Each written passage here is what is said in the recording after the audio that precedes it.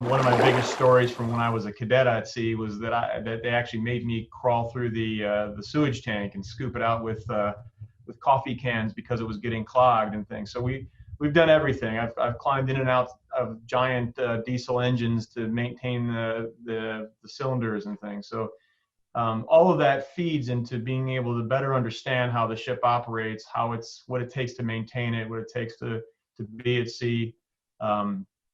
And it helps us design a better vessel. What did you have to do to get that job? Well, I was the cadet, so that puts me at the bottom of the totem pole, of course. And to this day, when I smell bleach, my stomach turns because we'd go up to take breaks to take lunch and dinner and things while we were doing this, and we had to wash my hands with bleach.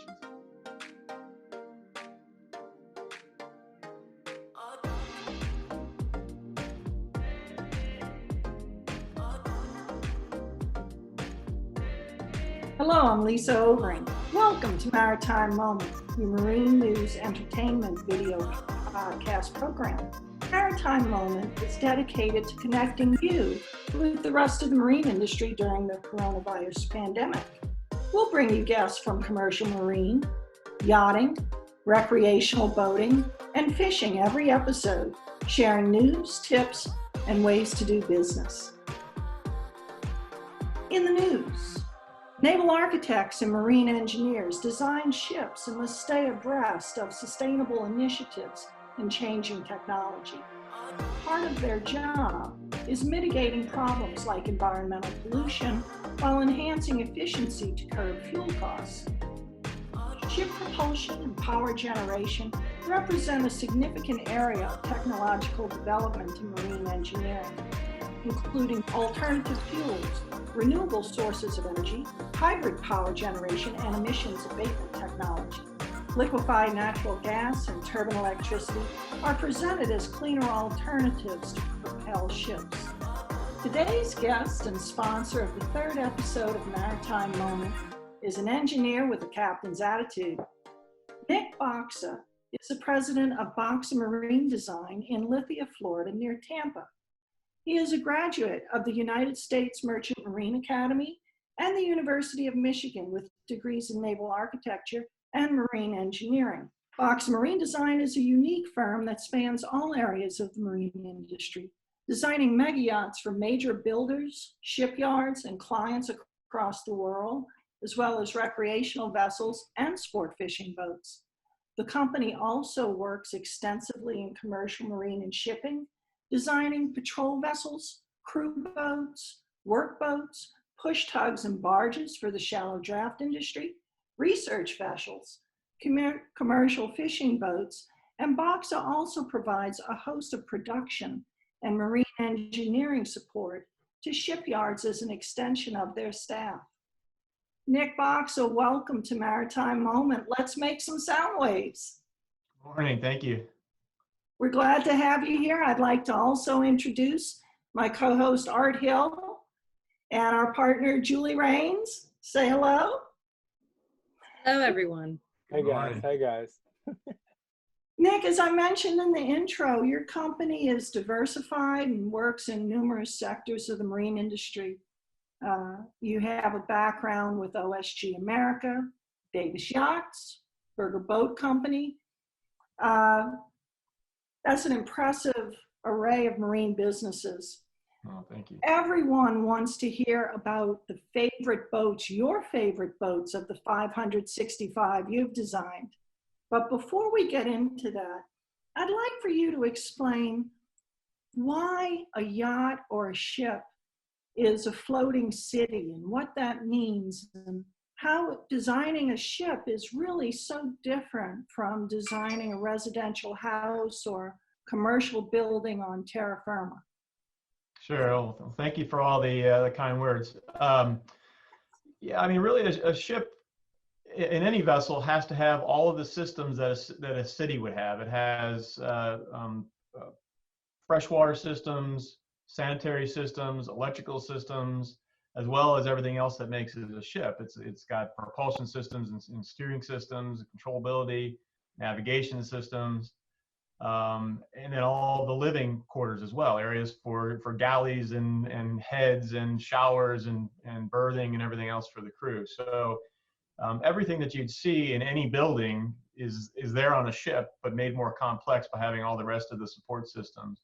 And then there's the obvious things that a ship is not just set on terra firma. It's meant to be out in the environment in the sea, it can be a very challenging area to work. So I guess that's what makes it more challenging, is it has everything involved in it. Well, beyond that, it's not like you call FPL to turn on your electricity. A ship makes its own electricity. It makes its own potable water. Exactly right. Talk about those systems, because these are, aside from the styling of the vessel and the naval architecture, the marine engineering and production engineering, you work with the piping arrangements and the machinery. Tell me about how you deal with all of this. Your brain must be in bytes and bits. Well, it is. We sort of our leading philosophy is that form has to follow function. We everybody in my office, almost everybody in my office, have sailed on ships, were licensed or were licensed merchant mariners. And so we all have a lot of experience with actually being at sea and maintaining the equipment and being able to have access to the different components of the equipment. And so it's important to us that when we design something, that it's manageable from the crew standpoint, and that it's serviceable, as well as it serves its purpose. It's well, it's a stout piece of equipment, good machinery. And then after that, it's about the form, the aesthetics, as you said. So there's all sorts of different components. And so what we have is the different people with different specialties that work with us that are able to focus on each of the pieces that come together to make the whole. How many guys do you have at Boksa right now? There's 7 of us. 3 naval architects, marine engineering, and designers, as well as electrical engineering. So when you say that your boats are engineered for the sea, most of the men in your office have actually worked on board ships.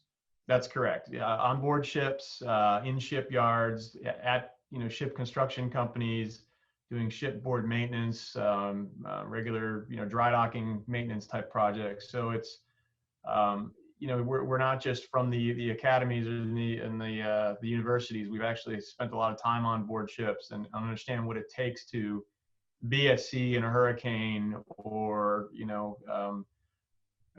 one of my biggest stories from when I was a cadet at sea was that they actually made me crawl through the sewage tank and scoop it out with coffee cans because it was getting clogged and things. So we've done everything. I've climbed in and out of giant diesel engines to maintain the cylinders and things. So all of that feeds into being able to better understand how the ship operates, what it takes to maintain it, what it takes to be at sea, and it helps us design a better vessel.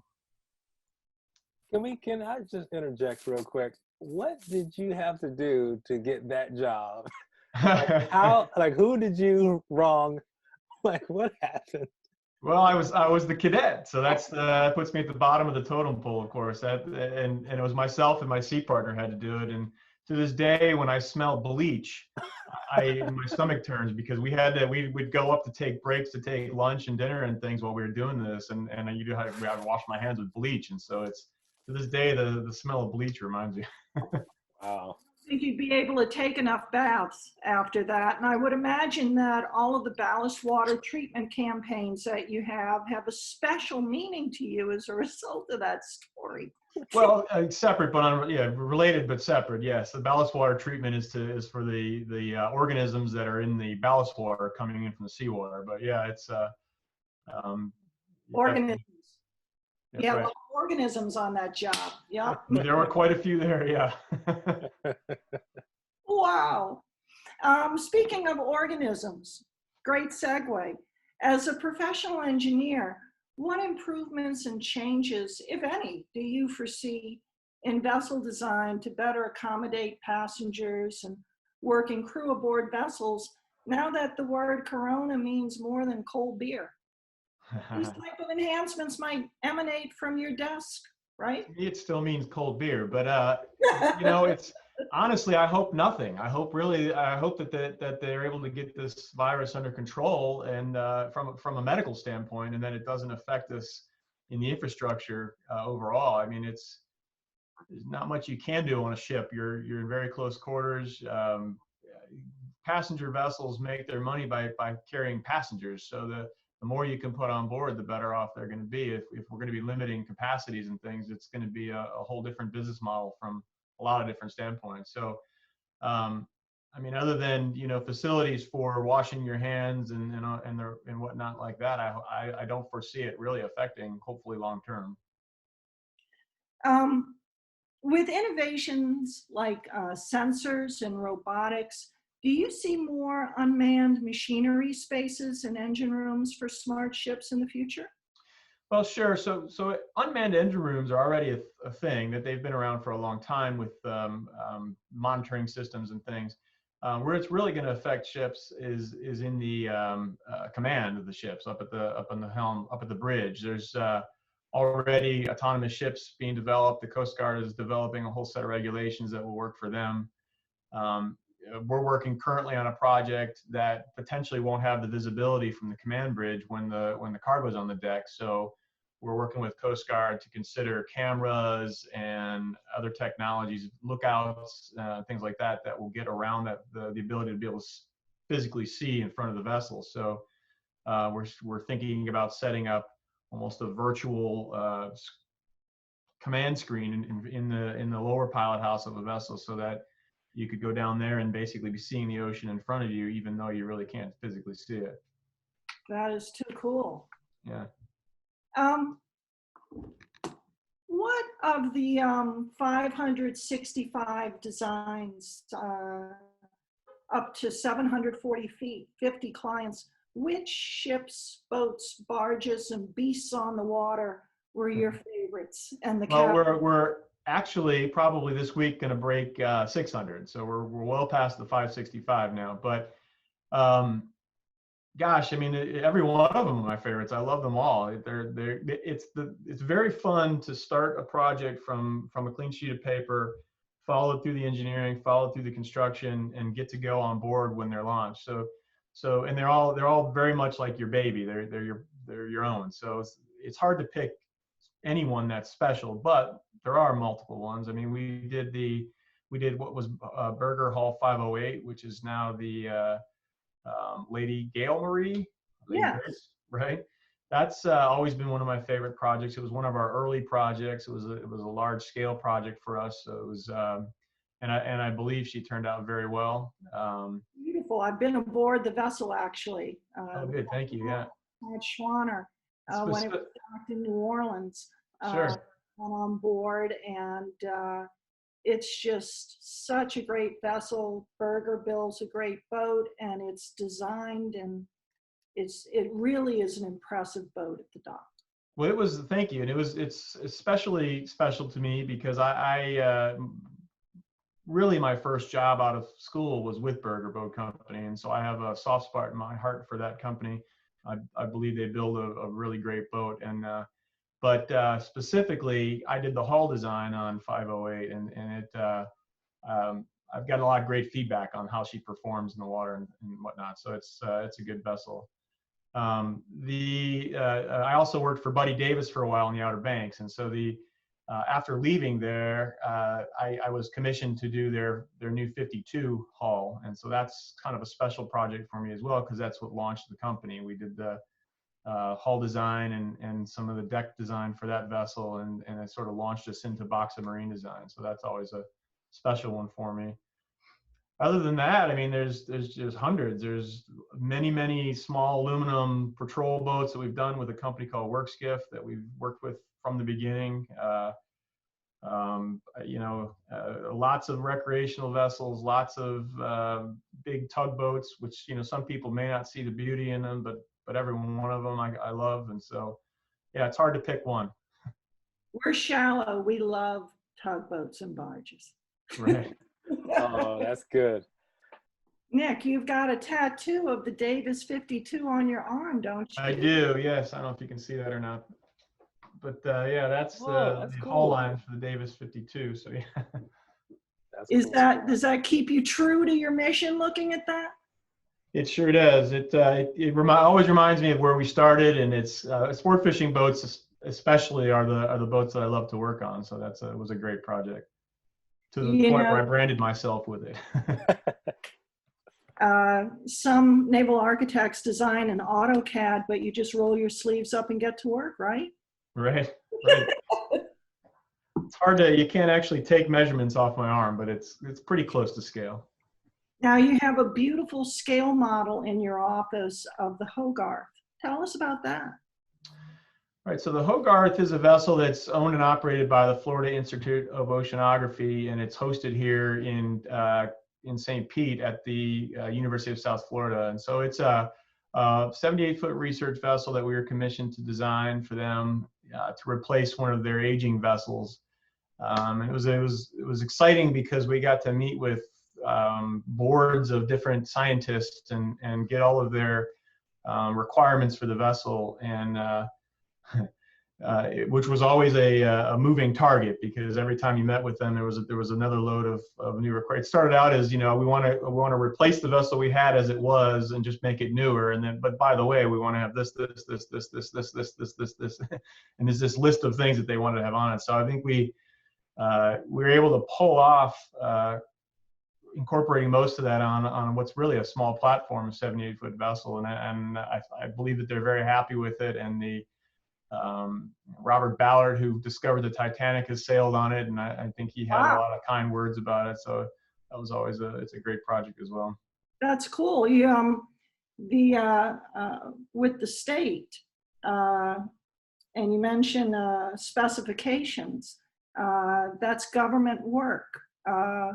That's a real honor to get a government contract, and you've had a few of them, and a lot of it's following the specifications. Do you see any security in government contracts for shipbuilding? We do. They're difficult projects to get, simply because a lot of firms go after them, and it's a lot of legwork to pull together a proposal for them. The way we do a lot of government work is through our partner shipyards that we work with. We do a lot of Navy work with, a couple yards now, a couple builders of small patrol craft. We're working on the fast patrol vessels for fast patrol medium vessels, FPM vessels, with lake assault boats in Duluth, Minnesota. And so we get a lot of great projects like that for the government. So especially right now, there's been a lot of money put into by the government into replacing and upgrading their fleets for the Coast Guard and for NOAA and for Navy and a lot of different. The Marines are looking at some vessels now. So we do see a lot of that work. Generally, on the periphery, we're sort of a subcontractor for a lot of companies doing that work. There's a lot of Reagan-era vessels that are being decommissioned now. And those boats need to be replaced for exploration, for national defense, for service to our, waterways, and so on and so forth. Right. So that's exactly what's happening, and everything from the small patrol craft for the U.S. Navy SEALs and things like that, right up through the large Coast Guard cutters are all being replaced at this point. So we do tend to get a lot of small pieces of a lot of those projects. Now, you mentioned work skiff and some of the crew boats. You've also done a powered deck barge for them, haven't you? More barges? Recently worked on a deck barge that they're completing now. Quite a few deck barges for them, actually. They build quite a few small work aluminum deck barges up to the probably 40-foot range. This particular one has a davit on it, and so we've done stability and structures and things like that for that. Now, with some of the work boats you've done for them that are multi-mission boats, if you can have an adjustable, you can have a platform that can be kind of modular and be adjusted, right? Sure. So many of the designs we've done for work skiff and others like work skiff are basically a platform that's modifiable. So they use the same basic design to use for all sorts of different missions. And so we'll design a boat that has the potential to be used in many different ways. And so it's just a different outfitting, whether it be weapons or survey equipment or, fenders and things for coming alongside other vessels. So these are all the components that customize the vessels for their particular mission. But yes, they're multi-platform. So when you have a proven hull design, you keep moving with it. Talk to us about your philosophies on hull design and naval architecture. You never criticize anyone's designs, but I know you don't really like boats that look like a spaceship. We could get into a complete podcast on that alone, really. Yeah, I mean, I tend to be a traditionalist in the styling, and as well as hull design and performance. I don't tend to get too far outside of the box. There's a lot of really great work that's been done in the past that we build on. But to me, a classic set of lines and a classic, looking vessel is always going to win for me. Very, very cool. Art, what questions do you have for Nick today? So I have just really a couple of questions, but this first one has to do more about the workboat show in December. A lot of shows have been canceled right now, but I'm thinking that by December, all of this stuff will be long gone, and hopefully that workboat show would be up and running. What are your thoughts?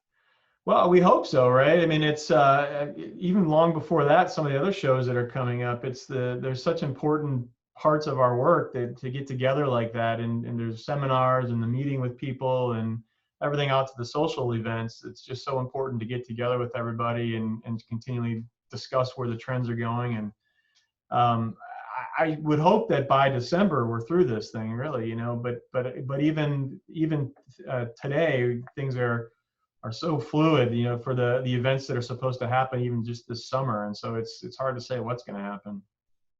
Nice. It's hard to plan. I understand that. Now, so I just got my captain's license back in March of this year. Congratulations. Just a standard 6-pack license. Is basically it's for tournament fishing. It's not to, run charters, even though it is American red snapper season now off of Mexico. So there's that. But it was really for tournaments. So at night when we're running, it was really hard to distinguish which boats were coming and going and what the lights meant and the flags and all this stuff. So I was like, really wanted to really understand what was going on. And I was like, obviously I'm really, really deep into fishing. So it was like, I was getting a lot of pressure from other captains, like, look, just go ahead and get it. It'll be better, safety on the water, and, you're going to have it forever. So, what captain's license do you have, and like how many steps does it take to get from a normal 6-pack license, which is step one, and it was a very hard step, but how far does that go?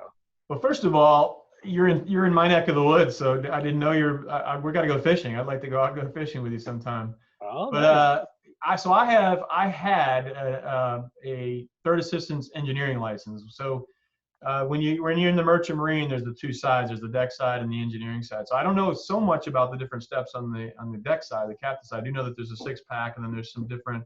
I think there's a 50-ton and a 100-ton license, and you step your way up from there.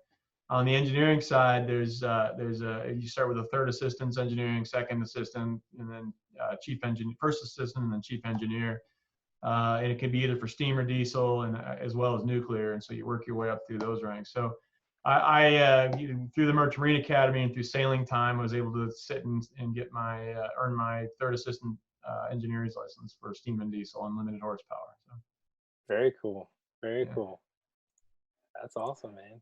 Yeah, it was definitely quite the cumbersome challenge to try to learn all those rules and regulations. Right. But I can't imagine even having to be tested on all the different boats and engines and stuff that you guys have to deal with. Yeah, there were quite a few late nights, pulled all-nighters studying for those tests. I believe it. Awesome. So you guys want to do some rapid fire questions? Rapid fire. Let's do some rapid fire. Fire away. So Nick, it's basically, it goes like this. I'm just going to ask you a couple quick questions, and then you can answer them as quick as you want. You can take a little time if you need to. You can skip one if you'd like, but either way, here we go. What was your first job in the marine industry? It's an interesting but short story. I actually took a contract job designing oil rigs in Houston, Texas. I left the University of Michigan to go work there, and literally in the car, in the moving truck, moving to Texas to take this job, I was offered a job at Burger Boat Company.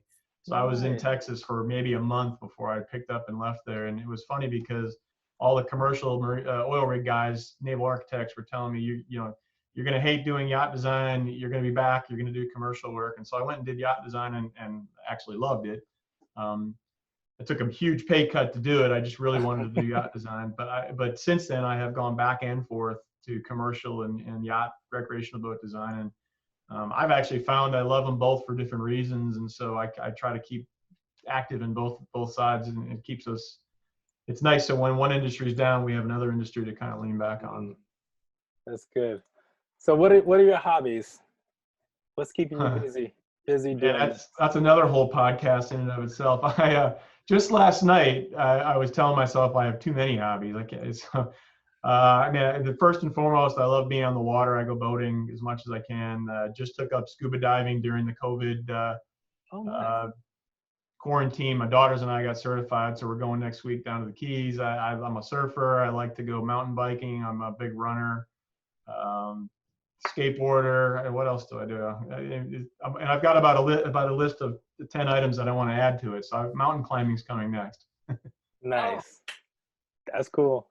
All right, so this one's been kind of a fun one. What has been your guilty pleasure during COVID-19? Besides the hobbies, is there like a favorite snack or a binge-worthy TV show that you're into? Like, what's going on? I'm not sure if I'm allowed to say it. Bourbon. Bourbon. That's a great idea. That's one of those businesses that actually went up in sales. I'm sure it did. Yeah. It really did. I did my part to support it. That's for sure. And unfortunately, the 5 o'clock gets earlier and earlier every day. So I love it. Yeah. All right. There's another one. Another fun one. Do you believe in masks as a form of protection? Man, that's a tough one, really. We do our part. Where we're required to wear masks, we'll wear our masks. I'm not opposed to them. The problem is I just don't know. The news is so conflicting on what helps and what doesn't help. I guess honestly, if you just do a little bit of each, you're going to do your best to stop this thing. I like it. It's uncomfortable though. I hate them. I hate the masks. I understand too. I got a big smile, big teeth, so it's a lot going on under there. And nobody knows what's going on there. Exactly. All right. So last question for me. Why is the Buddy Davis such a beast of a fishing boat? Well, it's not just Buddy Davis. It's all the Carolina boats, but Buddy Davis is one of the originals out there. There's quite a few out there that build some really beautiful boats, but it goes back to their location really, and it's the Hatteras Inlet and the Ocracoke Inlet and the different inlets that are in that area. The Oregon Inlet, not Ocracoke. Oregon Inlet, they're very treacherous. They have huge tide swings. They have a lot of wind in the area, and then once you get through these difficult inlets, they're relatively close to the fishing grounds, but you got to go well offshore. And I remember, growing up on Lake Michigan, if we saw 12-foot seas, we were heading home and not even going out to the boat. Going out there with Oregon Inlet, they're first leaving the dock with 12-foot seas. So right. The boats have very specific design features to the hulls that make them capable to do these things, and they're just really well-built, rugged boats. Good answer. Nick, what is that hull, that scale model behind you? Which one? Oh, well, yeah. Well, there it is again, the Davis 52. Oh, nice. If you can see that or not. So I tend to try to do half models the old-fashioned way, not to design the hull, but more after I design a hull, just to have a memorabilia of it. But I learned from Don O'Keefe, is my mentor at Berger, who I believe just turned 85 this week. Irish naval architect that we could have another whole podcast on alone, all the Don O'Keefeisms that I've learned from him. But he did things the traditional way, by hand, drawing haul lines and drafting. And so I learned a lot of techniques from him that I still use that don't require a computer at all. We keep charts and things like that by hand. And so scale models is part of that. It's beautiful. Thank you. Everybody's enjoyed looking at it. And I have had so much fun with you today. I'm so glad that you came on the show. I appreciate you inviting me. Thank you. I've had fun as well. Thanks for explaining to everybody what happens at a naval architecture and marine engineering firm, and for staying up to date on all the technology. Keep everyone safe, especially the passengers. No problem. Thank you. Do you want to say hello up there? Hi. I remember meeting Lisa at the Fort Lauderdale boat show last year, and she kept talking about this Julie, and I was like, who is Julie? Where is she? Where is she? So Julie, tell us a little bit about where you are right now. Physically, I'm in Winston-Salem, North Carolina. Lisa and I have worked together for many, many, many years on various projects, and we came together about 3 years ago. Mm-hmm.